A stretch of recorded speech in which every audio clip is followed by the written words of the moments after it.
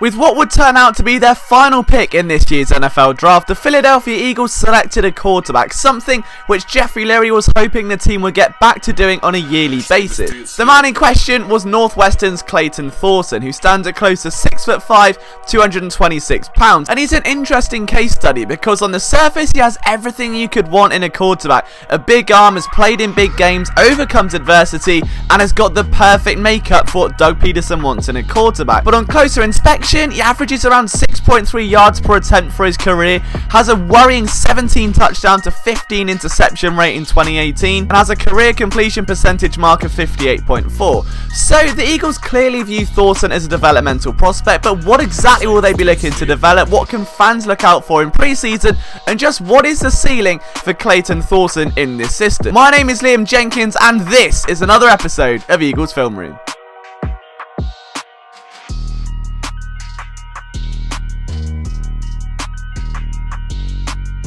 Before we get started though guys, make sure you leave a like if you enjoy this sort of content and hit subscribe if you want to see plenty more where that came from. We want to build the biggest Philadelphia sports community on YouTube. We're close to 10,000 subscribers now, which genuinely blows my mind, but we need your help to finally get to that milestone. If you want daily coverage of all of your favourite sports teams, you can head to phillysportsnetwork.com for coverage from myself and all of our writers.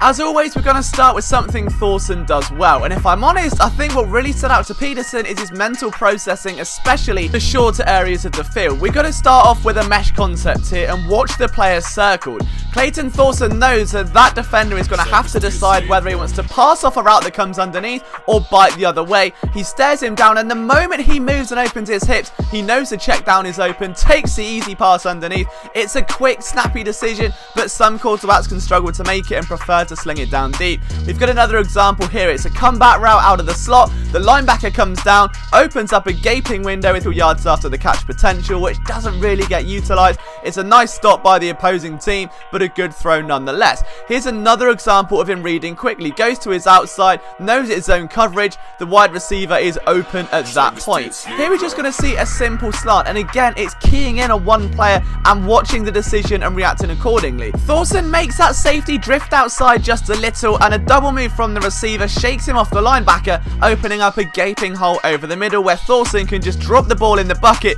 and off we go. It's a simple, quick read, and that's why Peterson could likely be enamored with Clayton Thorson. This is another example of a mesh concept. Again, it's something so simple, but if you want a game manager, someone to come in, let's say a quarterback goes down, this is what you're going to ask him to do. It's simple, one read stuff at the collegiate level. It can be reflected in the NFL. That linebacker's got to make a decision. Does he pass off that player or come underneath? Whichever direction that linebacker doesn't go is where the ball ends up moving. It's simple stuff, but that is what you want at the next level, especially at a 5th round quarterback. You're not expecting someone to become your franchise guy, but it's not perfect. Here you face one of the best corners in the draft in Julian Love, and you stare down a running back, and look at Julian Love's eyes. He's staring straight into the eyes of Thorson, sees the ball coming a mile away. It's a size mismatch. Thorson just stares it down regardless. He's not perfect, but it's good enough. Onto an area of development now, and that is certainly deep ball inaccuracy. He just doesn't have the touch when tasked of throwing the ball down the field. I think largely is that it's to do with the technique, and that is where the Eagles coaching staff are going to come in and really work on that and chisel away, because he's got the arm strength. It's just utilising it. He doesn't get over the ball. He seems to get under every throw, which results in these ridiculously high throwing arcs. The camera almost has to go up towards the International Space Station to find it at times. You'll see it here. Thorson just launches it in the air, can't get under it. And I know you're trying to throw downfield. I get that's the whole point why you want that high throwing up, but it's too high. The receiver ends up gangling around, waiting for the ball to come down, and 9 times out of 10, it just gives the DB a chance to make a play on the ball. Even there, that should be offensive pass interference. The ball should be outside the numbers. It's not. He gets away from him, and we don't just see this going deep down the field taking shots. It's anything that's over about 10 to 15 yards, whether it's the middle of the field, whether it's to the sideline. The minute he's got to put some zip on the ball, it just loses velocity and can sometimes just end up floating into the arms of his receiver, which of course gives the corner time to make a play. Now, he's got amazing pocket presence. We saw an example of that earlier. He can climb the pocket. He's got a great sense of awareness, but it's a finishing touch on the ball. Here's a closer look at what I'm talking about. He feels the pressure coming his way, steps up in the pocket, doesn't venture outside at that point where he'd be into trouble. He cuts back inside, finds a passing lane. It's great stuff all until the throw where he gets under the ball and just ends up missing facing a wide open guy. That could be a touchdown. That's a home run hit, and it's just not, because Thorson can't generate the touch needed. It's almost like when the ball comes out of his hands, it doesn't cleanly come out. He doesn't have the full follow through. And throwing on the run, especially since the torn ACL in 2017 was a weakness. And I'm going to show you this comparison to him and Baker Mayfield, and later on a play where he's throwing on the run in comparison to 2017, because he's almost kind of hopping into his throws. We even see it in the pocket. This isn't just off there, but he hops off the back foot, then onto the front, and sort of gently glides up, throwing across his body, which again just gets unnecessary air under the ball. Now, you're never going to get a perfect release when you're throwing on the run. You have to hop and generate momentum, but this is just a little bit too much. It doesn't generate a firm base to build from, and it's all done with the upper body, and that's where the issues are coming from.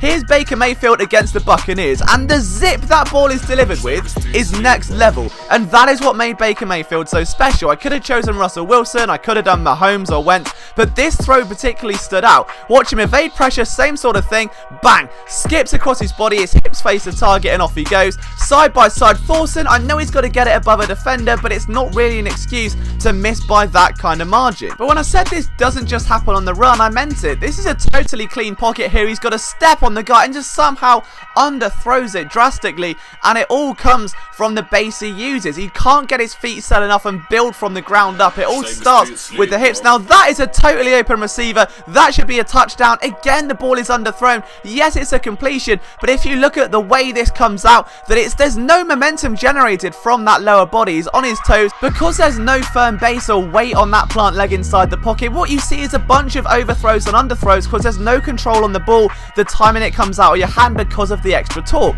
We saw this with Carson Wentz last year coming off an ACL. It would not surprise me if that had something to do with it. I'm not saying it is. I'm no doctor. I'm no coach. But when I did the film room comparing Wentz in 2017 to Wentz in 2018, you see something very, very similar. I know Wentz had a career high completion percentage last year, but the throws that were coming out were missing a lot. They were overthrows and underthrows, and something which seemed a bit uncharacteristic in his play, and I can see the same happening here. And he can make bad reads occasionally, Clayton Thorson, where he's either throwing into traffic or he puts too much zip on the ball. There's just no control once the ball leaves. Again, this is all improvable there. This is why the Eagles selected him, because if you look at the strength of coaching staff that they have with Press Taylor, with a former quarterback in Doug Peterson, with Mike Grode, there is no reason Thorson can't develop. Just look at the way that Nate Sudfeld developed from year 1 to year 2 in this scheme. There's a reason they tendered him. Again, there's another film room on this channel that dives in deep. But the way that Thorson has got that makeup there, he's got the base, he's got the arm strength, it's just putting all those tangible strengths together to make sure you can get the best products out of it. And right now, there's just stuff to be worked on technically. However, there was never a moment too big for Thorson. He stepped up when it mattered, and look at the difference. This is a play I was on about, throwing on the run in 2017 before the ACL. Here's a different view, and watch the hop that we see here when he gets that ball out of his hands. It is so much more secure and confident. It's a little skip, the ball gently floats into the hands of the receiver. That's how it should be. It just wasn't there last year. We saw it with mobility as well. Yes, he can still get out the pocket, but look at the way he's able to manipulate the safety here, step back up in the pocket. He sees pressure coming, reads it well, and then launches one downfield, knowing that with that safety coming down, there's going to be an inside lane. We'll see it here. The safety moves down, which gives Clayton a window just to slide that ball in there, and he does so perfectly. He can be smooth at times. He can drop it in the bucket. The guy's been to 4 bowl games with Northwestern. He's won 3. He's been in big time situations. He can manage the clock well, and he's got the mobility and the frame to be successful at the next level. But if you want to talk about pocket awareness with Clayton Thorson, which in my opinion is one of his biggest strengths, he is so fundamentally aware of what's going on around him. It's just harnessing the rest of that all together. This is 2017, and the footwork is so lightning. That looks like 2017 Carson Wentz. You can see why the Eagles coaching staff like him. The way he gets through his reads, moves around the pocket, the guy's like a jitterbug. Whereas here, 1 year later, winds up a bit too long, the feet are planted. That just does look like the product of an ACL tear to me. And again, not saying it is, but there is a lot to like about Clayton Thorson. He may not be accurate down the field. He may not be the most exciting or extravagant quarterback, but this is a big body who can maneuver well, who reads the game well at a shorter, more intermediate level, which is what the West Coast system needs, and he's got the arm strength to be developed and marinated under the radar as a QB3 until such a time as it comes up. Now against Notre Dame, we see here he can get an occasion where he sees ghosts. He takes a 3-step drop and takes an extra couple just out of what looks like fear. There's no pressure coming his way, feels it anyway, and throws a check down on a 4th down, which really shouldn't have been thrown. Here's a different view of it. He goes back and back and back, and just unfortunately can't quite get the depth he needs. But traditionally, footwork in the pocket is very, very good. The throw here is not great, but the footwork, going through his progressions, climbing back up that ladder, that's what you want to see in a prospect. And at the end of the day, that's what we're talking about here, a prospect. This is not a first-round pick. This is not expected to be a starting quarterback within 2 years. This is a project arm for the Eagles to groom until such a time as they need a QB2, or they can trade and start again. It's a quarterback conveyor belt, and Thorson ticks every box that the Eagles would look for out of a signal caller for a cheap 5th round pick. Now, would someone like Brett Rippon have been a better fit? Would Easton Stick have been an Eagle if not drafted by the Chargers? You can certainly make the case, but I do believe Clayton Thorson has everything needed to develop into a serviceable backup at the next level. Will it happen? I don't know, but that is what makes the NFL so special. What do you think of the Clayton Thorson pick? Has this video changed your mind? If I maybe misanalyzed something, let me know down in the comments. Make sure you leave a like and hit subscribe for more of this kind of content if you are a die-hard Eagles fan. From myself, Liam Jenkins, you can follow me at LiamJenkins21 on Twitter. I'll see you next time for another episode of Eagles Film Room.